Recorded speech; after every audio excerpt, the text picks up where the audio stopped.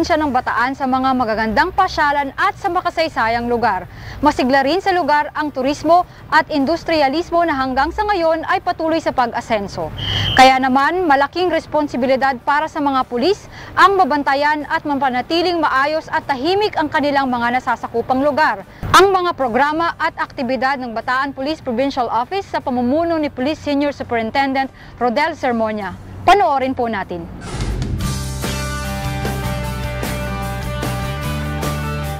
Ang Bataan Provincial Police Office na kasalukuyang pinamumunuan ni Provincial Director Police Senior Superintendent Rodel O. Sermonia ay masigasig sa pagpapatupad ng programang Oplan Lambat Sibat upang masiguro ang katahimikan at katiwasayan ng buong Bataan.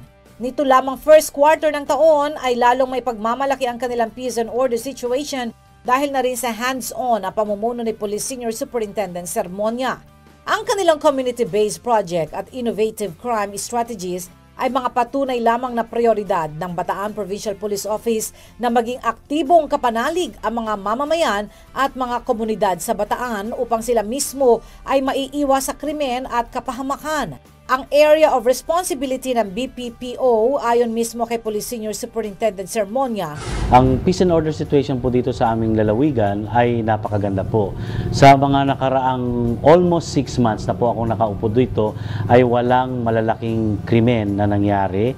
At in terms of insurgency ay wala ring mga aktibidades or namomonitor na ginagawa ng mga insurekto. Ganun din ang mga threats galing sa mga terorista. So generally, ang probinsya po ng Bataan ay maayos at matiwasay. At yan po ay papatunay dahil sa mga dami ng mga turista na pumupunta dito, bumibisita at dumarami rin ang mga investors na gumagawa ng kanilang mga negosyo dito sa aming lalawigan. Inalam din namin kay Police Senior Superintendent Sermonia ang mga programa at aktibidad na kanilang pinaiiral at sinusuportahan alinsunod sa programang Patrol Plan 2013 ng Pambansang Pulisya. Alinsunod sa Philippine National Police Patrol Plan 2030 ay ipinaiiral po namin ang una. Ang pinaka-importante dito ay yung in-empower namin ang community. Alam namin na ang community ay isang napakalagang aspeto para kasama namin para sa maintenance ng peace and order. So we started gathering all the different leaders of the different sectors of our community by conducting a leadership forum. So inuna namin ang mga iba't ibang presidente, iba't ibang leader ng iba't ibang sektor. Sektor ng kabataan, sektor ng mga manggagawa, sektor ng mga magsasaka, sektor ng transport, sektor ng academe or mga estudyante, sektor ng mga at lahat ng sektor. Ayon pa rin kay Police Senior Superintendent Sermonia, matapos nilang i-seminar ang mga leader ng mga sektor ay bumaba naman sila sa hanay nito upang magkaroon ng lahat ng miyembro ng Security Awareness Seminar. Mismong ang mga lider ng bawat sektor ang nagsasama sa kanilang mga miyembro upang suportahan ng gobyerno at ang pambansang pulisya upang labanan ng kriminalidad at mapanatili ang peace and order ng probinsya.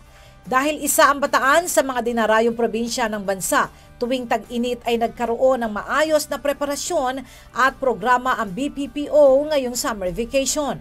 Tulad na lamang ng paglalagay ng mga motorist assistance desk sa lahat ng strategic places ng Bataan. Ayon pa rin kay Police Senior Superintendent Sermonia, nagtatag din sila ng tinatawag na MBTOP o Metro Bataan Tourist-Oriented Police sa tulong ng lokal ng pamahalaan at ng kanilang Gobernador Abeth Garcia. Maging ng Department of Tourism ay binuo nila ang Tourist-Oriented Police or TOPCOP para sa pagpapanatili ng community order and peace. Ang mga miyembro nito ay dumaan sa seminars at trainings na pinoprovide ng Directorate for Operations, Department of Tourism at ng local government.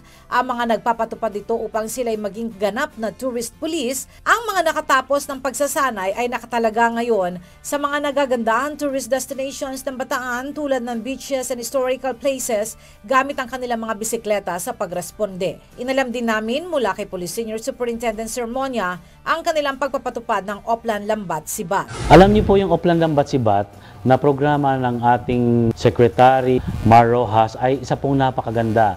Naramdaman po namin at nakita namin ang malaking epekto nito sa pagbaba ng krimen.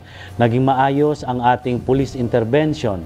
Nandyan yung mga kaliwat ka ng checkpoints, yung iba't ibang operations na ginagawa ng kapulisan at naging mas epektibo ang aming approach sa pagpapatrolya sa bawat sulok ng ating mga barangay.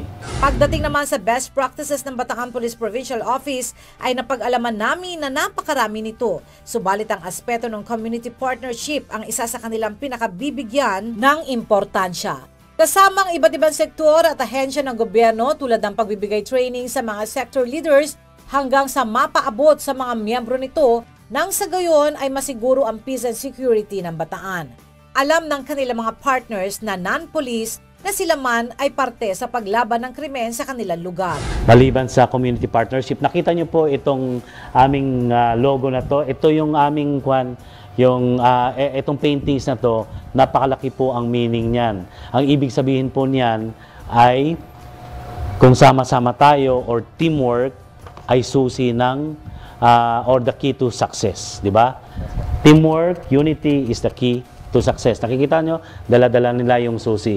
So, ganyan po ang pinaiiral namin ng mga best practices dito sa aming lalawigan. Kasama namin lahat ng sektor sa tulong po ng ating lokal na pamahalaan.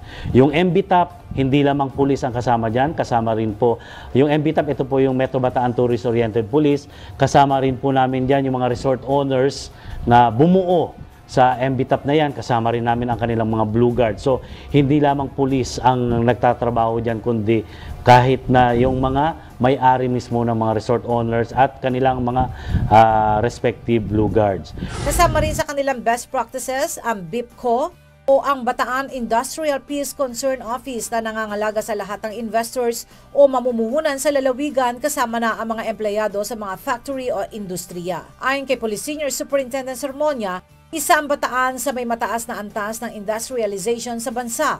Anya, maraming factories kahit noon pang 70s and 80s sa probinsya na naapektuhan lamang ng mga makakaliwang grupo.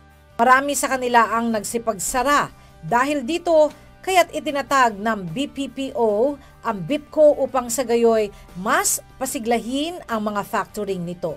Nagsasagawa sila ng sanggunian with stakeholders, CEOs, human resource managers, katuwang ang AFP upang mapangalagaan ang seguridad ng mga mangangalakal at nagtatrabaho sa Bataan. Isa ang Free Area Port of Bataan sa may pinakamabilis na progreso. Sa katunayan, ang pumasok na investment sa economic zone sa Bataan ngayong taon ay umaabot na sa mahigit 80 bilyon ayon pa rin kay Police Senior Superintendent Sermonia.